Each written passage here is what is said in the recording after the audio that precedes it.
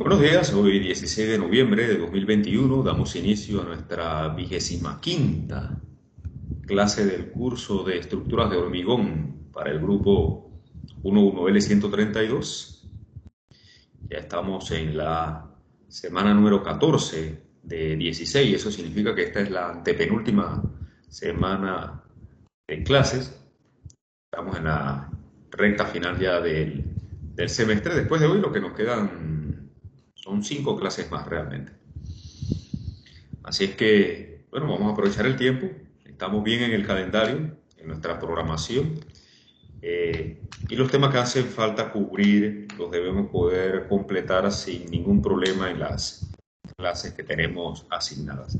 Así que antes de iniciar formalmente, si alguien tiene alguna pregunta, abrimos el compás como siempre para aclarar dudas. Si alguien tiene alguna pregunta, por favor, me levanta la mano.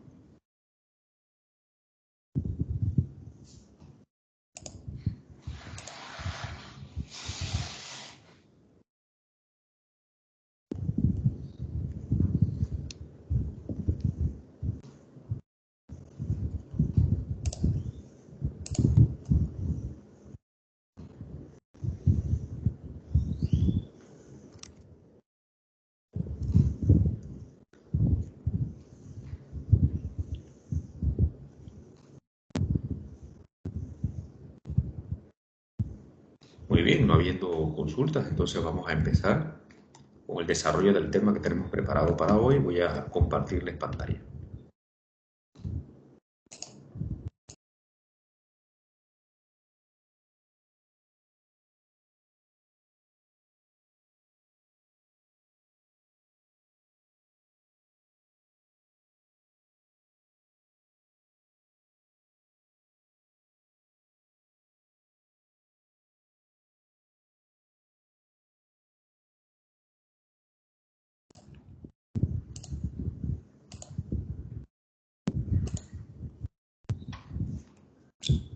Muy bien, como les decía,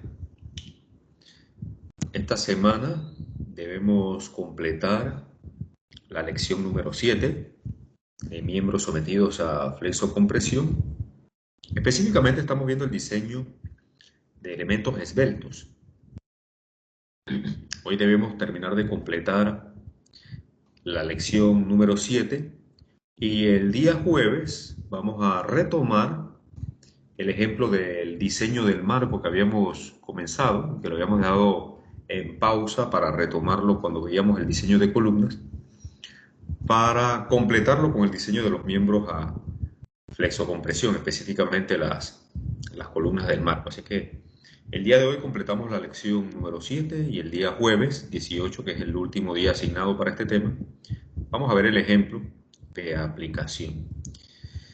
En las clases sucesivas, que son, bueno, en realidad son después de esta semana, nos quedarían 4 clases más. Las 2 últimas semanas de clase veríamos la lección número 8 sobre criterios de serviciabilidad y una última clase dedicada al diseño de zapatas.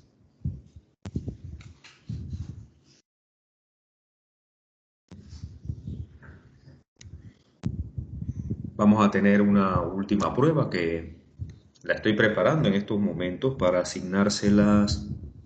Pienso que el mismo jueves 18 ya les puedo tener preparada su prueba, una especie de trabajo para realizar en grupo, sin embargo que va a contar como ejercicio y vamos a utilizar el mismo formato que hemos utilizado para las tareas, así que para el tema de flexocompresión, la tarea que asignaríamos contaría más bien como un ejercicio, para que usted aproveche y pueda mejorar sustancialmente sus calificaciones. Ok, dicho eso, entonces continuemos con nuestra lección 7B, aquí, justamente donde habíamos quedado.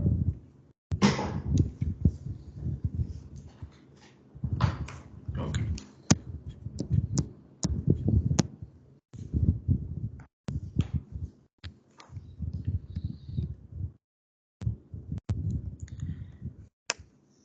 Bien, realmente lo que estábamos viendo al final de la clase anterior era la sección, perdón, 10.10 del código ACI. Déjeme ir allá para retomar a partir de allí. Era el capítulo 10. Trata sobre el diseño de elementos sometidos a flexión, a carga axial y el efecto combinado. Aquí está la sección 10.10 que trata sobre los efectos de esbeltez en los miembros en compresión. Vamos allá. Aquí estaría.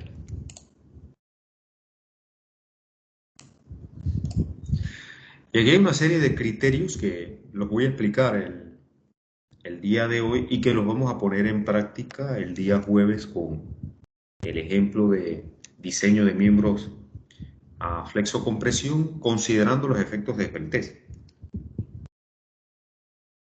Entonces,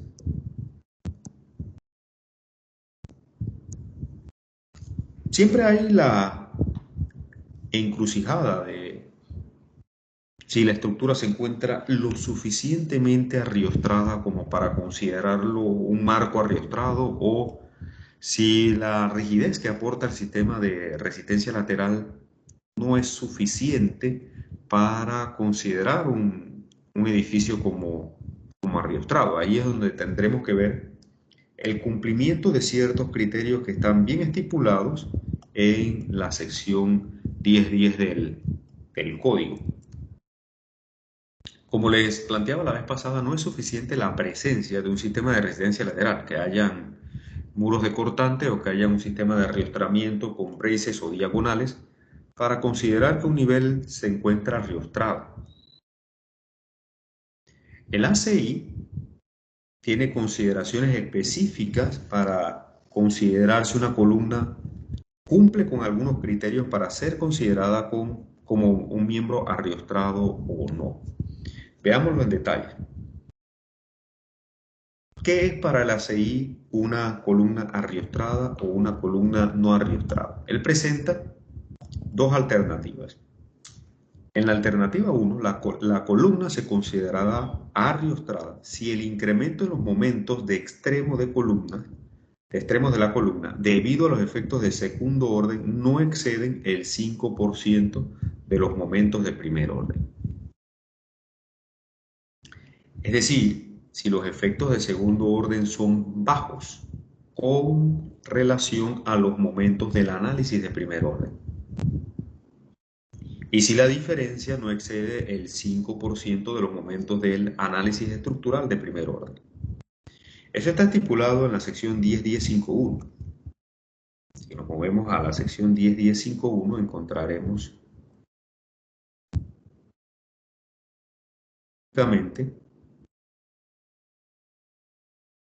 el ítem que acabo de mencionarles.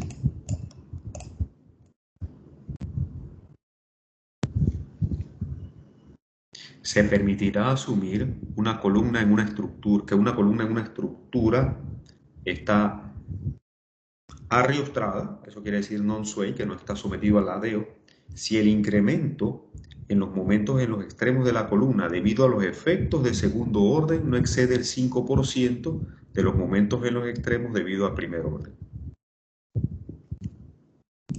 Eso quiere decir si los efectos secundarios son pequeños, de no más del 5% de los momentos de primer orden, nosotros podemos considerar que esa columna está lateralmente arriostrada.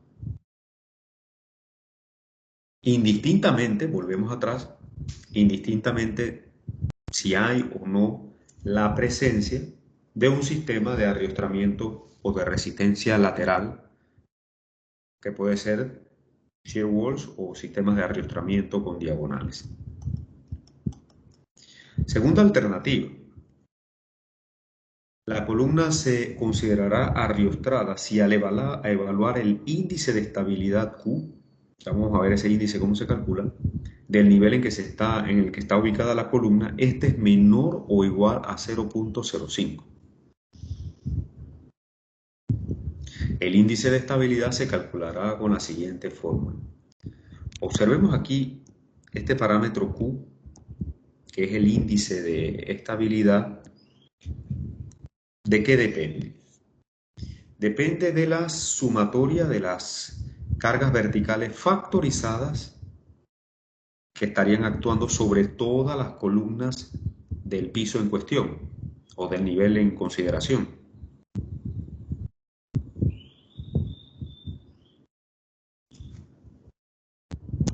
En el caso de que tengamos un marco,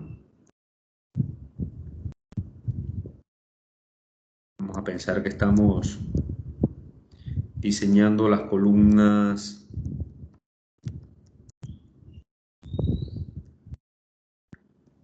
del segundo piso. Pensar que este es nuestro nivel en consideración.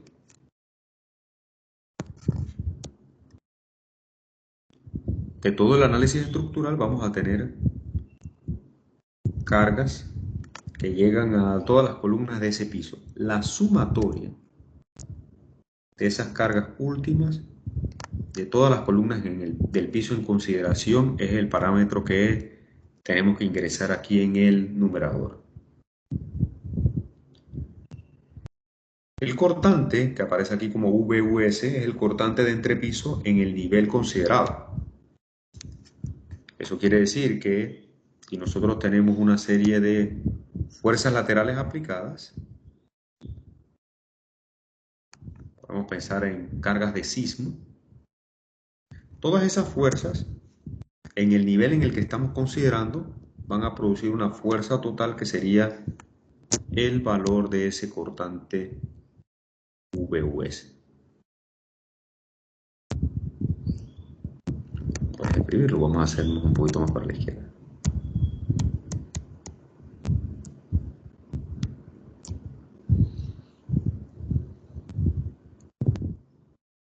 Ahí está.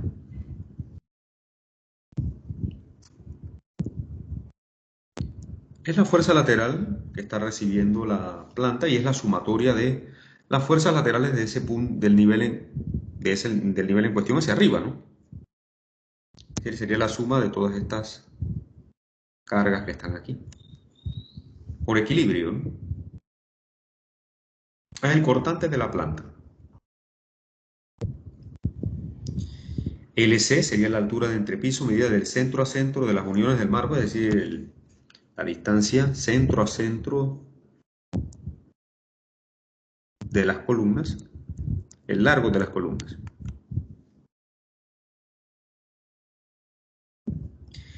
Y delta sub cero es la deflexión lateral de primer orden, es decir, debido a las cargas laterales, relativa en la parte superior e inferior del piso y producida por este mismo cortante. El marco se va a desplazar lateralmente y, bueno, para no saturar más el dibujo, si yo tengo el piso en cuestión, voy a considerar solamente el nivel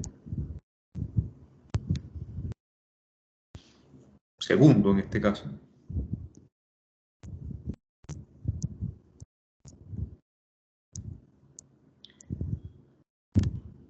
Debido a las cargas laterales, el marco se va a desplazar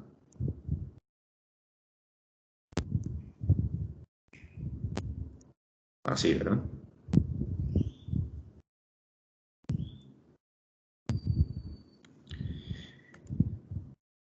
Y este delta sub cero es el desplazamiento lateral de entrepiso.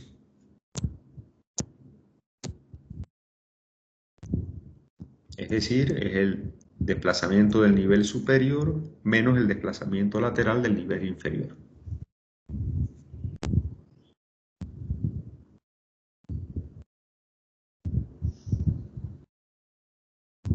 Muchas veces se trata de controlar el desplazamiento lateral con respecto a la longitud de la columna en lo que se conoce como el índice de ladeo.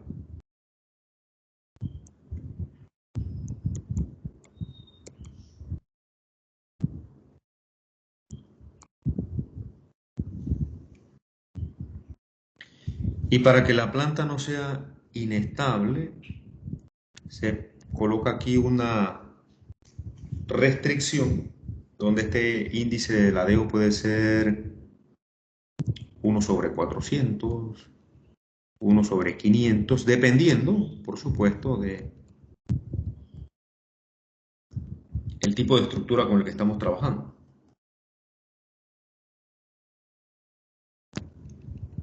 Esto es un ejemplo.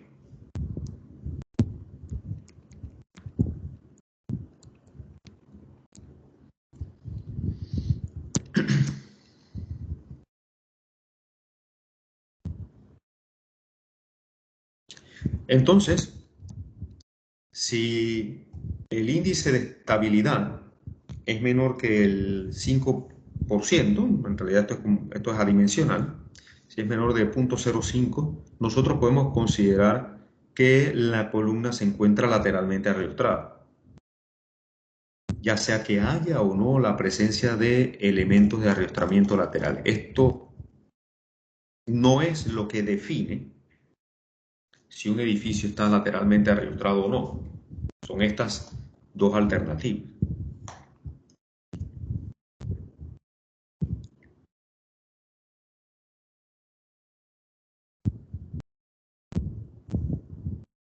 Ahora, ¿qué cosas hacen que el índice de estabilidad crezca? Si tenemos mucha carga axial, tenemos mucha carga aplicada en los niveles superiores, ya sea que el edificio esté sometido a una carga importante, como por ejemplo edificios que se utilizan para almacenamiento,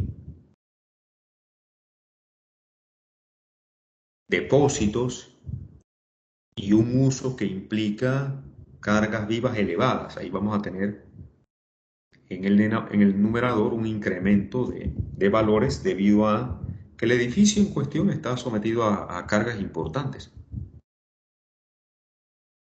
También, también, si se producen desplazamientos lateral fuertes debido a que hay fuerzas laterales importantes, eso puede ocurrir en lugares donde hay vientos muy fuertes o donde hay una zona sísmica de, de alto riesgo o de alta amenaza sísmica, ahí podremos tener desplazamientos laterales importantes debido a un incremento en fuerza lateral. Allí podríamos tener entonces también el efecto de incremento en el índice de estabilidad. Por otro lado, mientras más largas sean las columnas, esto no hay que verlo, estos parámetros hay que verlos con cuidado porque, ¿qué sucede? Si yo tengo una columna larga, yo puedo pensar, bueno, observen que aquí esto va a estar en el denominador y cualquier incremento en la fuerza lateral o en la longitud de la columna me va a hacer disminuir el índice de estabilidad. Pero eso es un análisis incompleto porque lo que va a suceder es que a medida que se incrementa el cortante lateral, también se va a incrementar este desplazamiento, porque este desplazamiento lo causa la fuerza lateral. Entonces yo no puedo ver por sí solo este análisis sin considerar las consecuencias de lo que eso implica. También, también va a ocurrir que si yo tengo una planta flexible, porque las columnas tienen una longitud larga, donde yo tengo una columna, donde yo incremento la longitud de las columnas, también se va a incrementar el desplazamiento lateral. Así que estos no son parámetros absolutos que no causan influencia en el resultado del desplazamiento. Entonces no puedo pensar que el incrementar el cortante y el incrementar la longitud va a significar una disminución del índice de estabilidad. No, porque también eso va a causar, y en mayor grado muchas veces, un incremento del desplazamiento lateral y como resultado vamos a tener entonces un incremento real del factor del índice de estabilidad.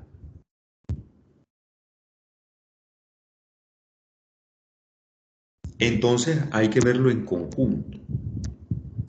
Hay que ver los parámetros en conjunto porque realmente actúan en conjunto, dependen de ellos. Entonces, lo que sí debemos tener en cuenta es lo siguiente, por ejemplo, la relación entre cortante lateral y desplazamiento lateral es lo que yo mencionaba la vez pasada, es una rigidez de la planta. Recordemos, a recordar nuevamente nuestra ley de Hooke, fuerza igual a rigidez por desplazamiento. Si yo lo que tengo es una fuerza lateral y un desplazamiento provocado por esa fuerza lateral, entonces la relación de cortante lateral entre su desplazamiento lateral es la rigidez lateral de la planta. Entonces allí sí, si la rigidez lateral de la planta aumenta, si esta relación aumenta, entonces yo tengo un descenso del índice de estabilidad, porque a mayor rigidez lateral, más estable va a ser la planta. A medida que Q, el índice de estabilidad, crece, yo tengo más propensión de la planta a la inestabilidad.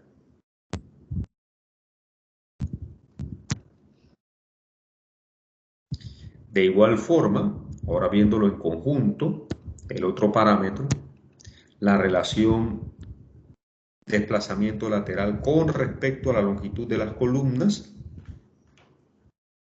mientras mayor sea esa relación, mientras más baja sea, es decir, le estaría yo permitiendo menos ladeo al edificio,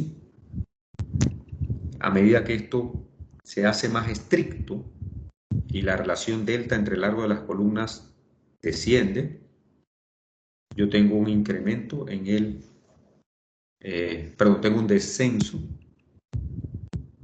en el índice de estabilidad, la planta se hace más estable.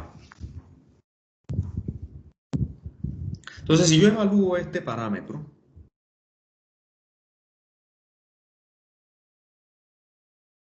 considerando las cargas de las columnas que llegan, de las columnas por encima del nivel en cuestión, las cargas que le llegan, el cortante lateral, el desplazamiento lateral, la longitud de las columnas, si este índice resulta menos del 5%, en realidad los efectos secundarios no son importantes, la columna la puedo considerar lateralmente ariostrada. La sección 10.10.5.2 es la que continúa, aquí está. Dice, también se permite asumir que el piso dentro de una estructura se encuentra ariostrado si el índice de estabilidad es menor del 5%. Y aquí están las definiciones que hablábamos, ¿no? Todas estas definiciones de las variables, de las 4 variables que están aquí. Entonces el código tiene estas dos alternativas, cualquiera de las dos, cualquiera de las dos.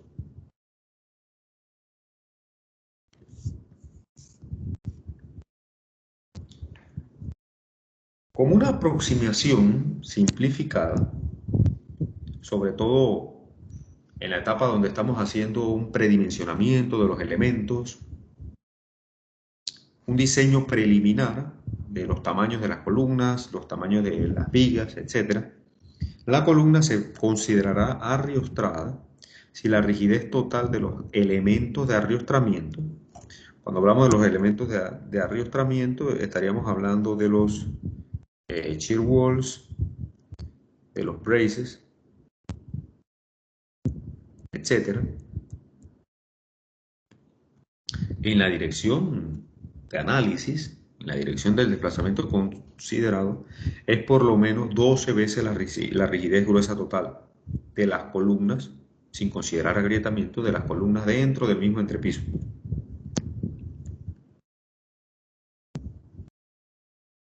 Esto no está en el código, esto es una regla de esas empíricas que nos sirven para hacer algunas aproximaciones iniciales. Es decir, si estamos nosotros colocando elementos de rigidización lateral, como serían los shear walls, los braces, si ellos en su conjunto brindan una rigidez. Y cuando hablamos de rigidez, recuerde que en los elementos la rigidez es EI entre L.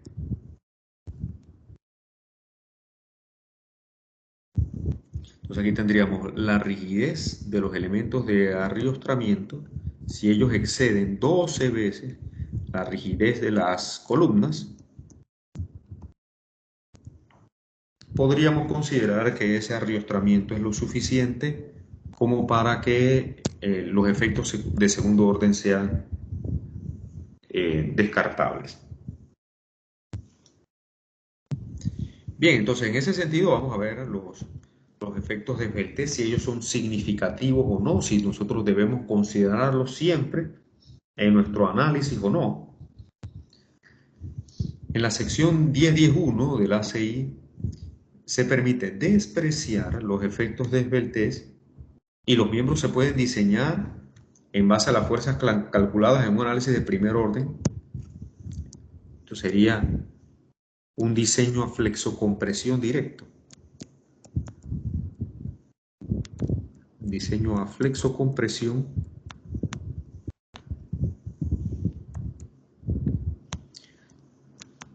sin efectos secundarios, sin efectos de segundo orden, como lo que comenzamos a ver al principio de este tema y que vimos los diagramas de interacción. Para miembros en compresión no arriostrado, si la razón de esbeltez es menor que 22. Y para miembros en compresión arriostrados, si la razón de esbeltez es menor que 34 menos 12 veces M1 entre M2 o 40, lo que quiere decir esto es que se debe utilizar el menor de los dos.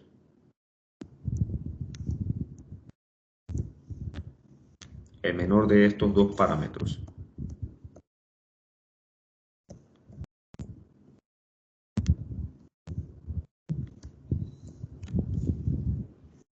El menor entre este cálculo y 40.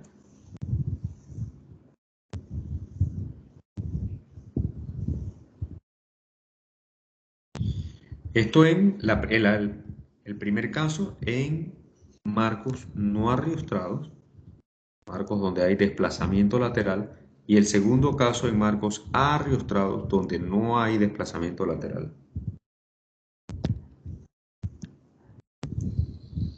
M1 y M2 son los mismos parámetros que utilizábamos para calcular los factores de amplificación, que creo que ya lo habíamos visto. Déjenme regresar acá atrás.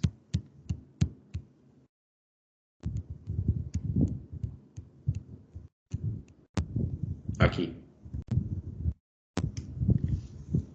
Para calcular el factor de amplificación de momentos en marcos arriostrados, M1 y M2 son los mismos parámetros que utilizamos acá adelante para el criterio de esbeltez, donde la relación M1 y M2 tiene signo, es positiva si la columna está en curvatura simple, es negativa si está en curvatura doble, y el valor de M1 es el menor de los dos momentos en los nudos de la columna. Estamos hablando de estos momentos en los extremos de la columna.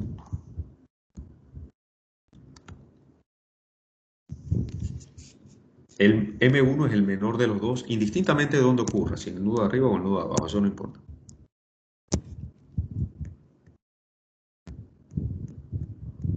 Entonces aquí se mantiene el mismo criterio. Aquí. M1 menor de los dos momentos factorizados en el extremo del miembro, en compresión, y M2 el mayor de los dos momentos. La relación ya sabemos que tiene el signo dependiendo si la curvatura es simple o curvatura doble. Estamos en la sección 10.10.1 de la 6, así que echamos para atrás un paso.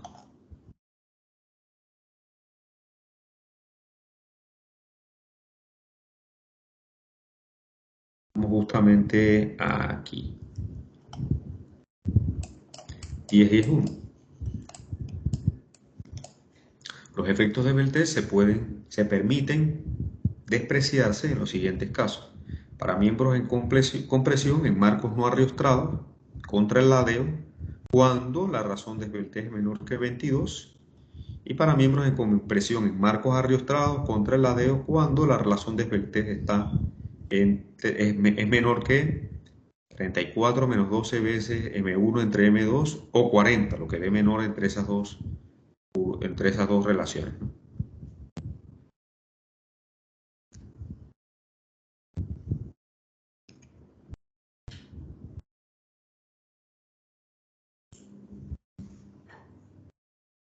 Aquí está mencionado lo de los 12 veces, las 12 veces la rigidez lateral.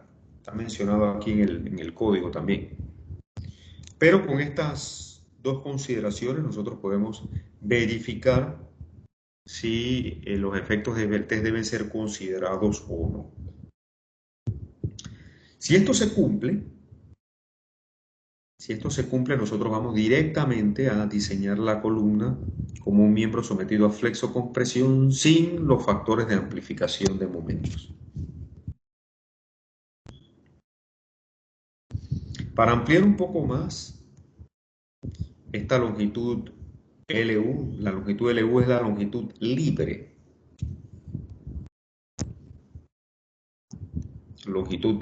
de la columna.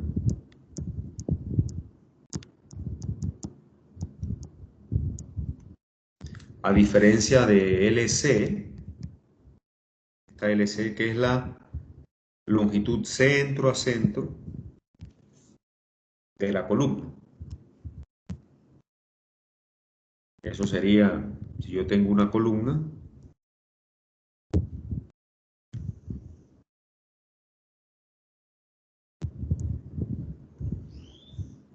que estoy analizando, la longitud LC es la longitud centro a centro de el miembro. Lo que utilizamos para el análisis estructural.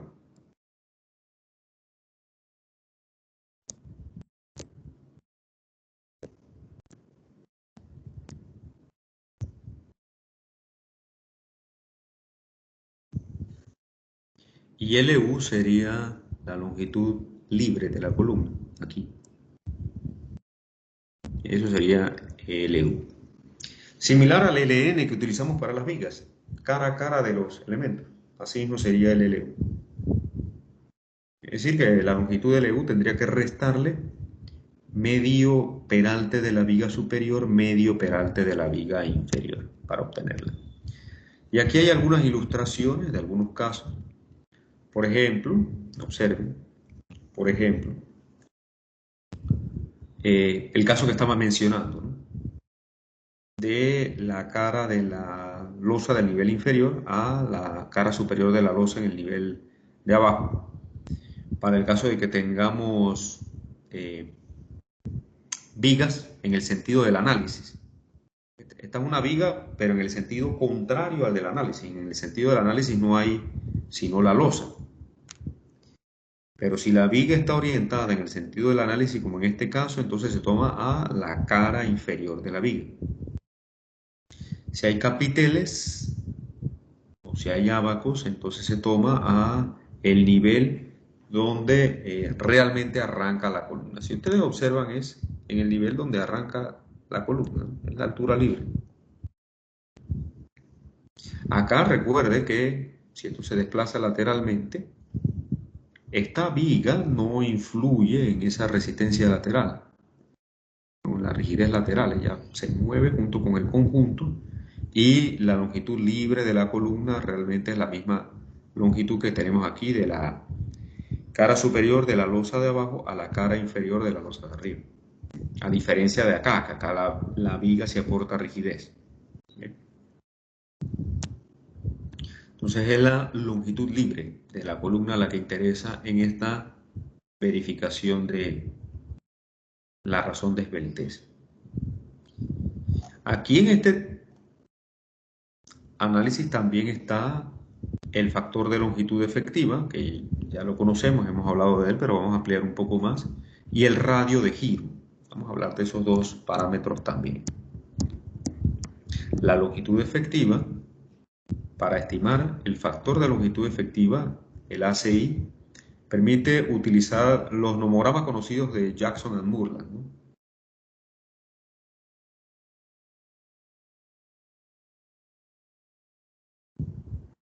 Como una aproximación solo en marcos arriostrados, K se puede tomar como 1 para predimensionar o evaluar si los efectos de Beltré son significativos.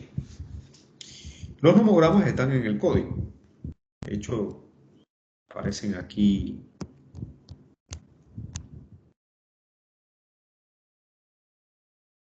Ustedes lo tienen también a disposición, donde para marcos arriostrados, marcos que no experimentan ladeo, el valor de K, como ustedes saben, va de 0.5 a 1. Y para marcos con ladeo permitido, marcos no arriostrados, el valor de K parte de 1 y no tiene límite superior.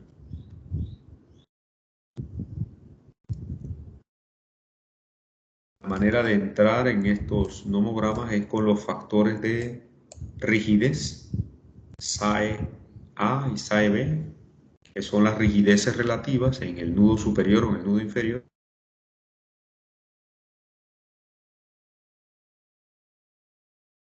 Donde esa recta intersecta el eje de las K, ahí tendríamos el valor de K correspondiente.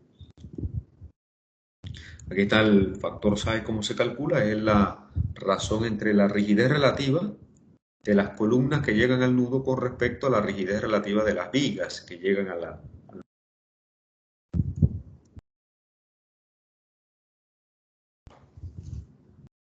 Ya de ese parámetro hemos hablado otras veces. Aquí están los nomogramas nuevamente para que usted los pueda utilizar. Se ingresa con los factores de rigidez relativa, por ejemplo, si fueran 2 y 0.5 o 2 y 1, donde los unimos y ellos cortan el eje de las K y tendríamos el valor de K correspondiente, 0.80 y algo en el caso este, ¿no? Si el marco fuera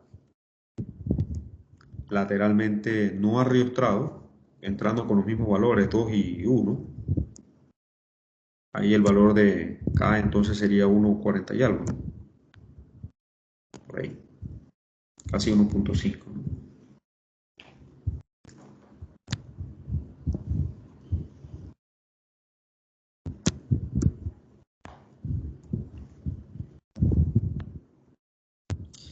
Aquí está cómo se calcula los factores SAE, con los que entramos al nomograma, es la rigidez relativa de las columnas con respecto a las vigas que llegan al nudo en cuestión. Es la relación entre la suma de las rigideces de las columnas conectadas a un nudo, incluyendo la columna en consideración, y la suma de las rigideces de las vigas conectadas al mismo nudo.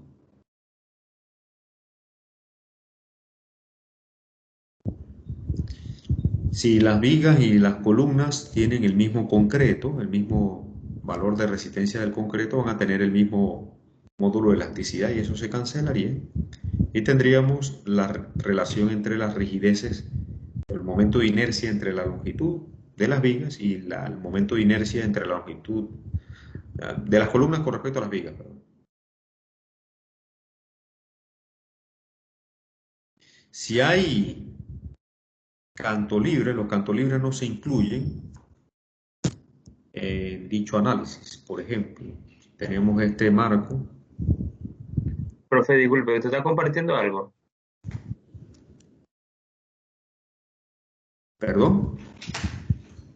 Está compartiendo pantalla, no se ve. Creo que el problema era tuyo, Nel, porque yo sí estoy viendo.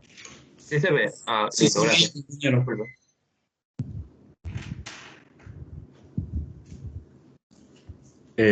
Se ve mi pantalla, ¿verdad? Sí, profe. Debe ser mi señal, profe. Voy a salir y volver a entrar. Ok,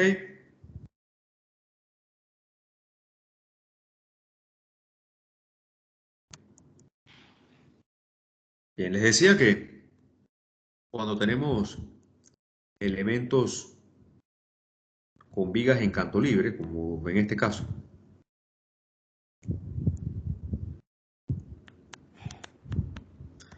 si yo voy a diseñar, digamos, esta columna que está aquí, en el nudo de arriba, vamos a ponerle nudo A, vamos a hacerle un zoom también.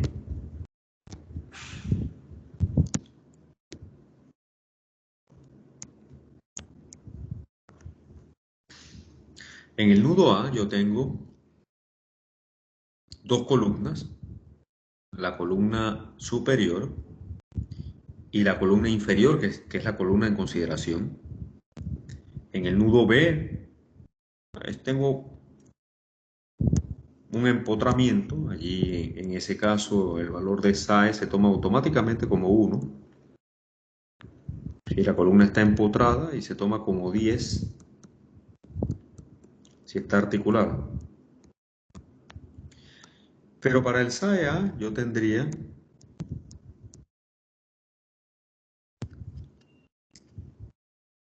las rigideces de la columna superior, vamos a colocarla aquí.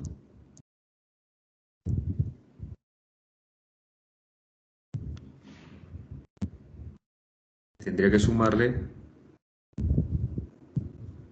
llamarle esto,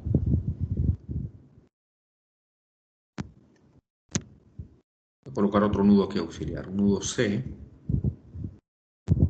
sería para la columna AC, y tendría que sumarle también lo mismo. Voy a hacerlo a un lado mejor, o mejor en una pizarra para que se comprenda bien.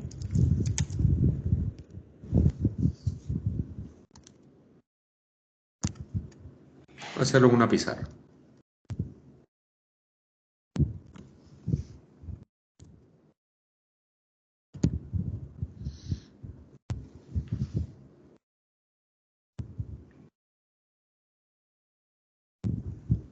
Ok, en el nudo A tendríamos EI entre L de la columna de arriba, EI entre L de la columna de abajo.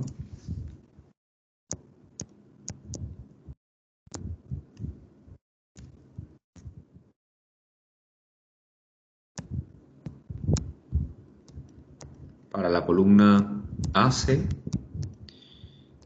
y para la columna AB. Y en el denominador, que voy a colocar las vigas, solamente tendría que colocar, vamos a ponerle aquí otro nudo de, y acá un nudo de. Solamente tendría que colocar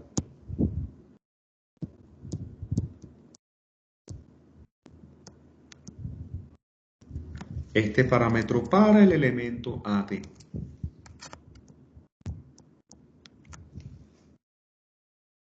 Porque las vigas en canto libre no aportan rigidez lateral.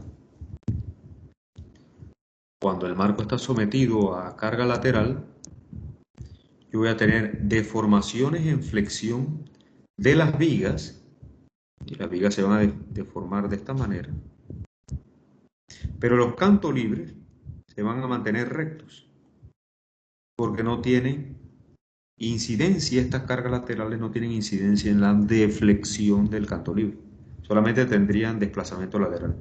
Y el elemento que no se deforma estructuralmente, recuerden que no aporta rigidez. Tiene que haber deformación en flexión para que haya aporte de rigidez. Entonces, en los casos donde tenemos cantos libres, ellos son ignorados porque no aportan rigidez al nudo. No debemos incluirlos. Solamente los elementos que forman marcos. Las longitudes de las columnas y las vigas se tomarán como las longitudes libres o distancia entre las caras de los apoyos. es decir, las longitudes cara a cara de los elementos.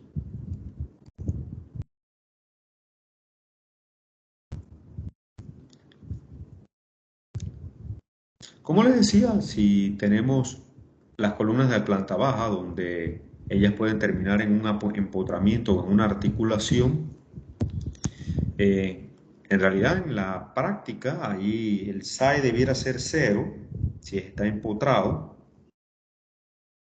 porque un empotramiento equivaldría a tener vigas infinitamente rígidas. Y si yo tengo una rigidez infinita acá, el SAE tiende a cero.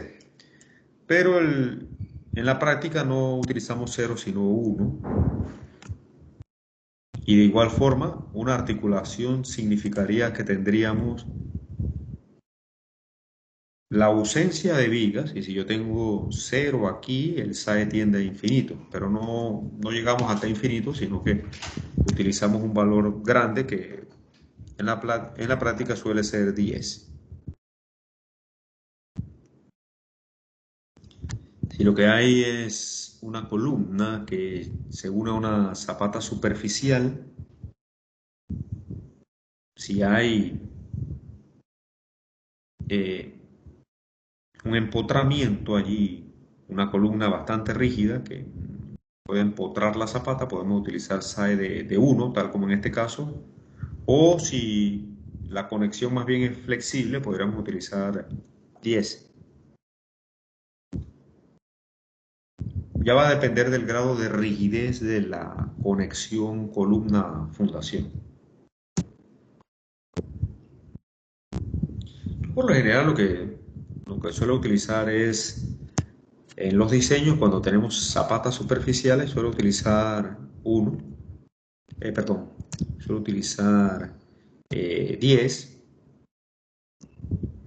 para columnas diseñadas con zapatas, y utilizo 1 cuando tenemos una fundación un poco más rígida, por ejemplo pilotes a roca. Esto sí lo podemos considerar más cercano como un empotramiento.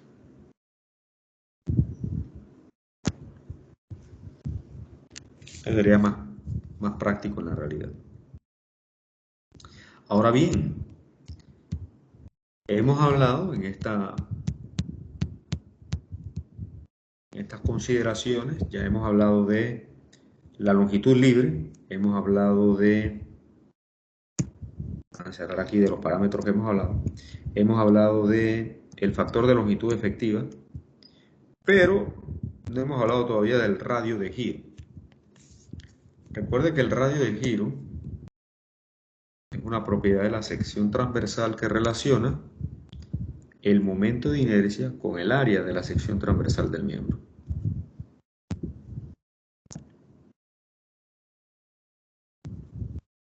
Entonces, ahora tenemos la interrogante, bueno, ¿qué área y qué momento de inercia yo debo utilizar cuando lo que yo tengo como sección transversal es una columna que tiene acero,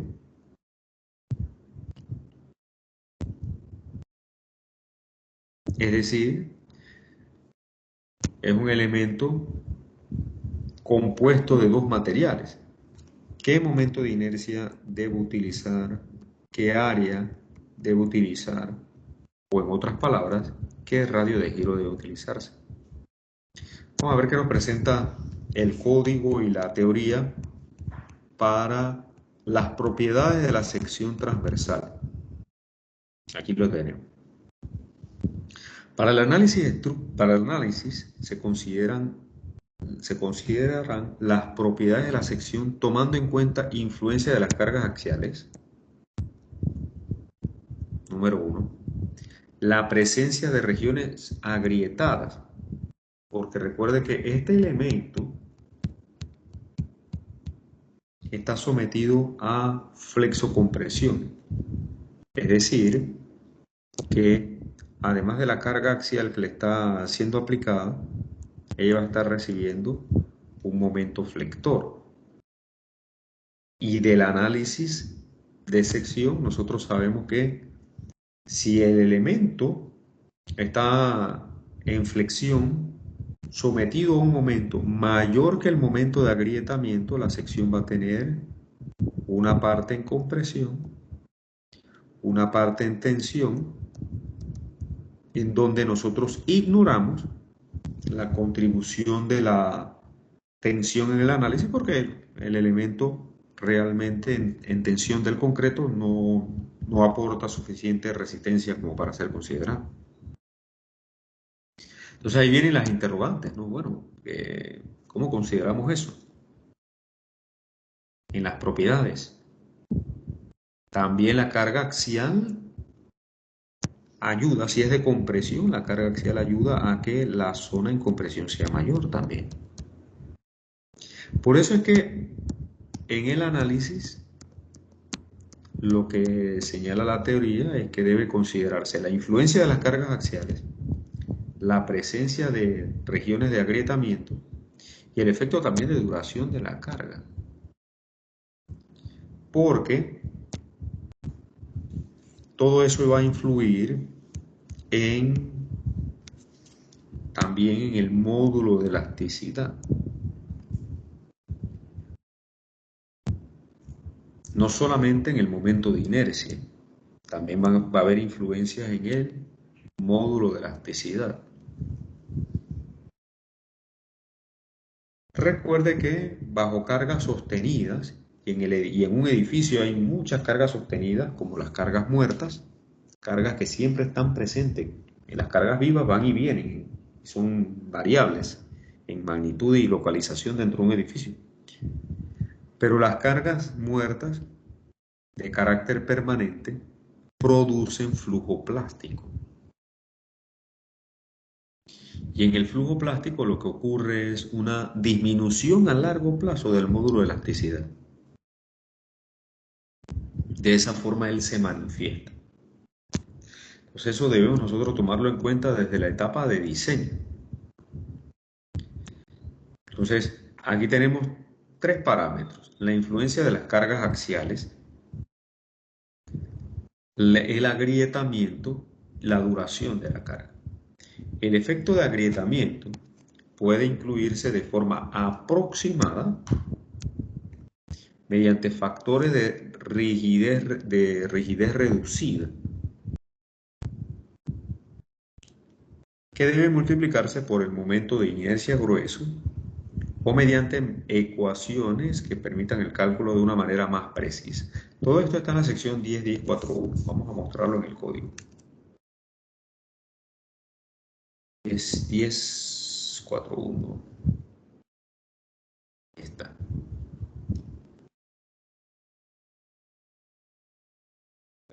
Dice la sección 10.4.1.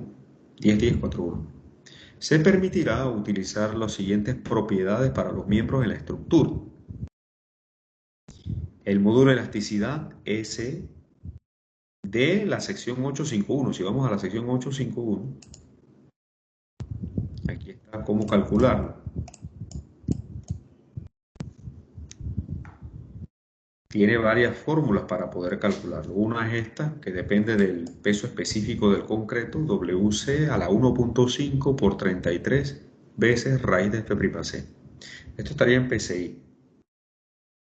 Este es el peso específico del concreto, que se puede utilizar entre 90 a 160. Nosotros solemos utilizar 150, la gama del concreto, libras por pie cúbico. De hecho, si nosotros tomamos 150, lo elevamos a la 1.5 y multiplicamos por 33, ese valor está bastante cerca del 57.000. De hecho, da 60.000 este producto. Para concreto de peso normal, se puede utilizar, lo que hace es que se abrevia este factor y se toma como 57.000, raíz de F'(C). Eso es 15.100 raíz de F'(C) en kilos por centímetro cuadrado. Entonces el código permite calcular el módulo de elasticidad de esta manera. Voy a regresar a la sección 10.10.1. Es más fácil ir al principio, al índice, y moverme al capítulo 10. En la 10.10.1.4. 4.1, aquí. El momento de inercia, fíjense, para los miembros en compresión, tiene para miembros en compresión, para miembros en flexión. Para miembros en compresión, las columnas se pueden tomar como el 70% del momento de inercia grueso. Los muros, estos serían los shear walls, si el muro se encuentra no agrietado, se puede tomar igual que una columna, el 70% del momento de inercia grueso, o si se encuentra agrietado, el 35% del momento de inercia grueso. Las columnas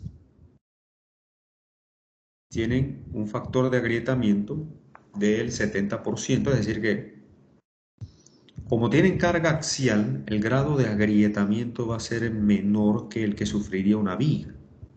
Observe que las vigas, su momento de inercia se toma como el 35% del momento de inercia grueso. Menos de la mitad. Claro, porque realmente la zona en compresión en una viga es bastante menor del concreto en compresión que el área en tensión. Si es una losa de placa plana, entonces se toma el 25%, todavía más crítico. El área se toma al 100%, el área no recibe reducción en el análisis estructural. Es decir, que nosotros cuando hacemos un análisis estructural debemos considerar estos parámetros.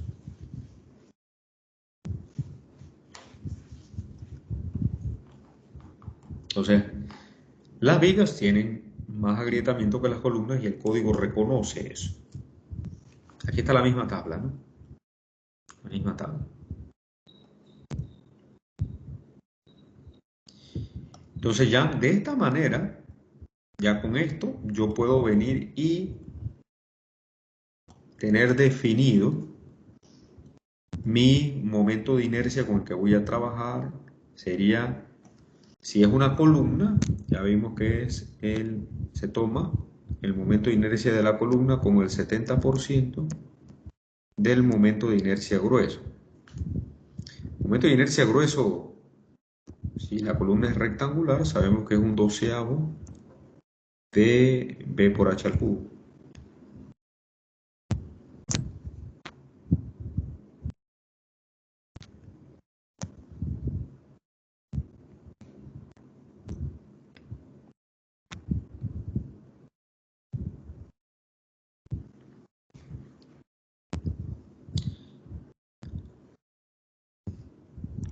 Y el área se toma como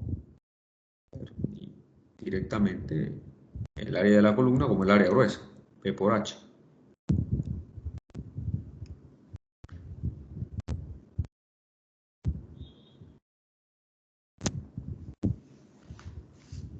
Entonces ya de esa manera tenemos definido nuestro factor, nuestra razón de esbeltez, para hacer la verificación de si las columnas se le debe considerar el efecto de esbeltez o no.